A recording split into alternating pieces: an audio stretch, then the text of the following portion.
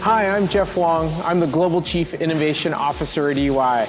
And we are here in Menlo Park, California at RIOS, which is clearly a robot company.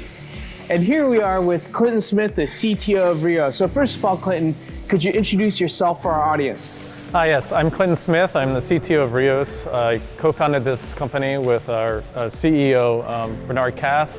We founded this company with the goal of introducing robots with hand-eye coordination, with haptic intelligence, with the ability to respond to diverse environments and therefore diverse use cases to really be able to address manufacturing, e-commerce, and logistics needs all throughout the economy right now that are really composed of tasks that are manually performed and are quite grueling tasks that are really, when you look into it, the customers, these industries are having trouble filling the jobs. And I think we're actually, we did not have the foresight then in terms of like the inflation and COVID and all that stuff.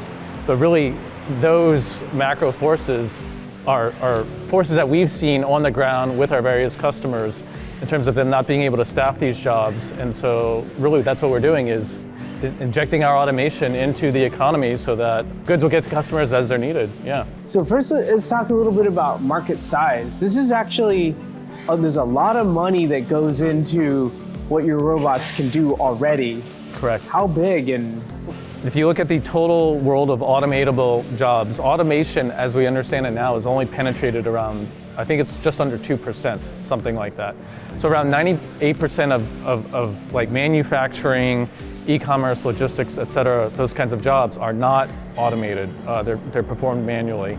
Pre-COVID, that number was around, that other 98% was around $1 trillion per year in North America alone. So it's a gigantic market. it's a big market. Yes. Okay, so just for fun, we have some of your robots going on in the background here. Tell us what it's doing. We use this one as an example robot that just showcase a subset of our capabilities, and we bring it to trade shows and such, and for guests such as yourself. It's modeled off of a couple of our use cases around end-of-line pack. And so if you think about really anywhere you interact in the consumer world, whether it's you go to the grocery store, you go to any big box store, how did that good get to that aisle, right? How did a person or something had to put it into a box, it had to get transported there? How does your box from your e-commerce retailer that you order from, how does that get to your house?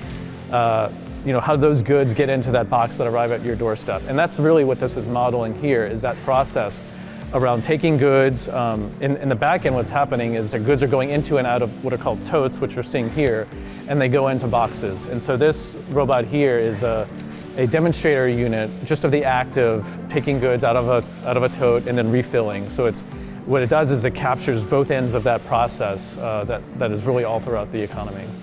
So let's talk about, you're the CTO, let's talk Correct. about the tech for a minute. These wonderful robots, very physical, very visual, but a lot of the magic is in the software that you've built. This really couldn't have been done 6, 7, 8 years ago. Yes, right? This really is correct. something that Yes. really only could have been done in the last 5 or 6 years. Yes. Why? Why is that? And we were talking earlier before people always want to lean into the software, and we were talking about that. I would say another advent that I didn't speak of, so I'd say there are two. One is machine learning, strength of GPUs, the efficiency, development of neural nets and how far they've come, and those alone have been 30 plus years in development, right? And neural nets is finally, in terms of the first neural nets, and they're finally getting to a point. I mean, obviously they're all over the internet now in various ways, but they can be applied to these situations. So you have that technology which has been developed. There's been in the last decade or so, there's been a greater opening of robot manufacturers and allowing third parties to control their robots, which has turned out to be a very provident business move for them because it's opened up sales channels for them. I was remarking, so the other thing really that has also come around too, which I didn't mention to you, was 3D printing has come a long way. So 5 or 10 years ago, 3D printing was slow, it was unreliable, and now, and there's also limited in the material sets that can be used. And so now there's diverse material sets. The 3D printed parts are more robust. The printers are faster, they have better specs to them, like they can make tighter tolerances.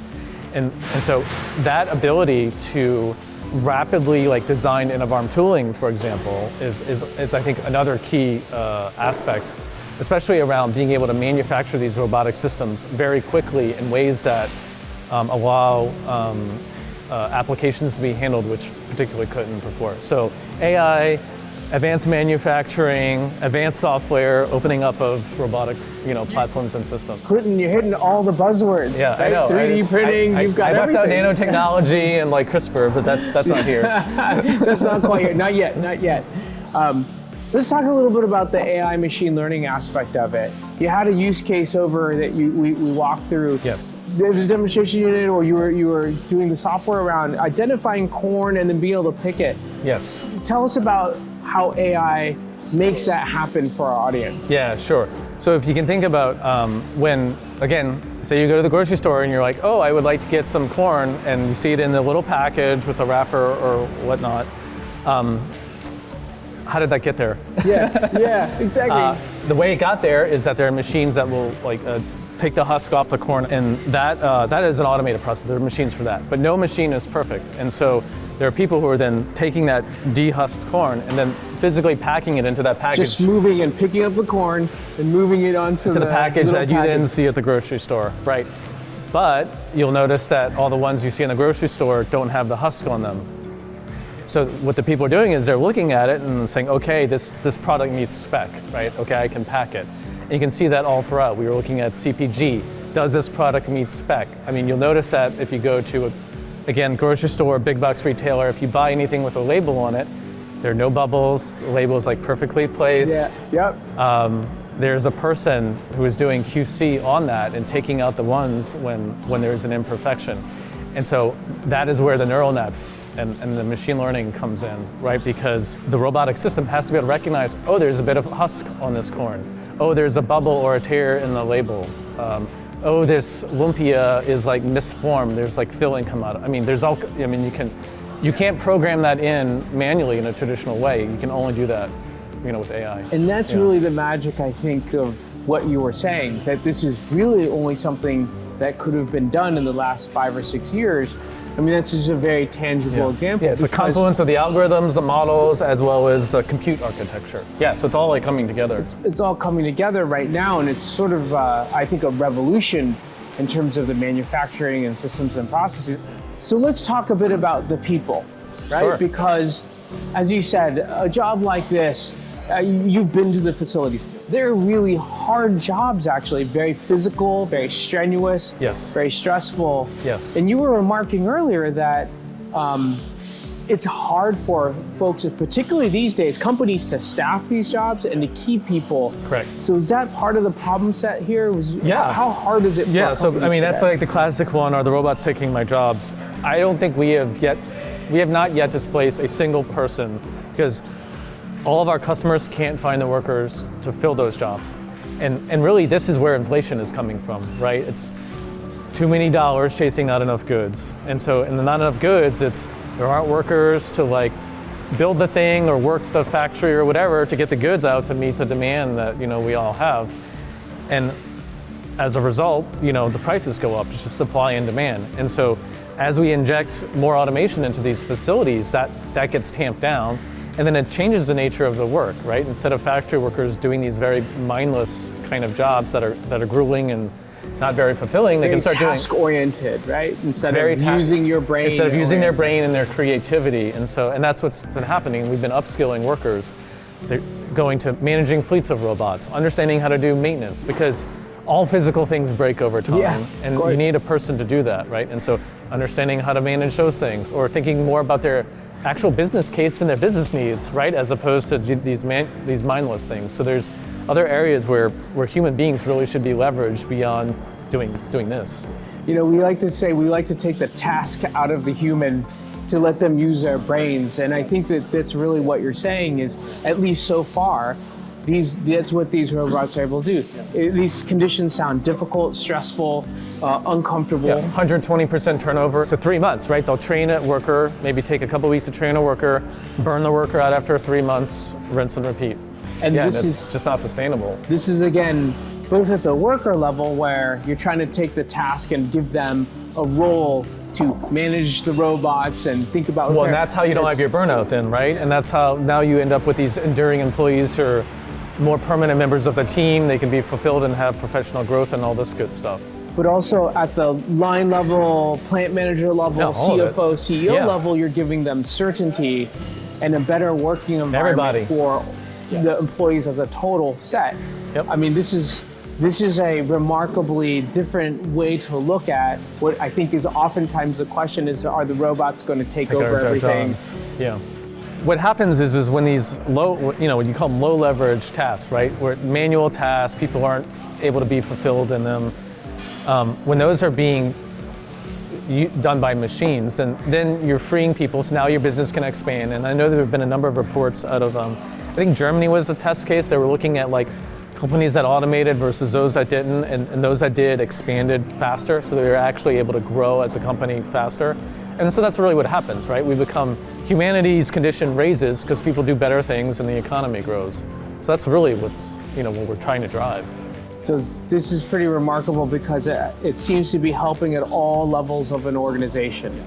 From on the ground, taking to macro out of these very cold, very wet, shoulder to shoulder, very physical environments. Yes. When you look ahead towards the future and you think about what the applications of robots are in 10, 20, 30 years, what do you think it will be able to do for us, and how do you think it will be able to lift up society? I mean, I think it goes back to a couple of things. It goes back to that market. So there are many manual tasks all throughout the economy that really people shouldn't be doing. So whether it's, stocking shelves or whether it's e-commerce and fulfillment, I mean, all throughout the economy, many different verticals, food, manufacturing, logistics, e-commerce, ag, you name it. So I think as a couple things happen, as the hardware development allows the machines to become more like dexterous and more generalizable, and simultaneously the AI development will enable that control, right?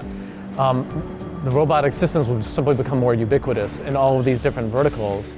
And I think people will go from this more task-oriented work that you're talking about to more management and critical thinking-oriented work and creativity-oriented work. I mean, that's how I see it going in the next 5 to 10 years.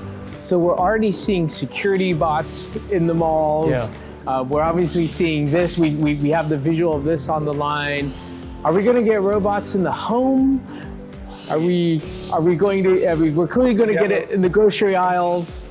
I mean, there already are, right? There are robotic vacuums in the home. That's true. There are a number of different brands. I don't want to give commercials for people, but no, I think so. The home there's a reason why vacuuming was automated. The home is a particularly hard environment to automate.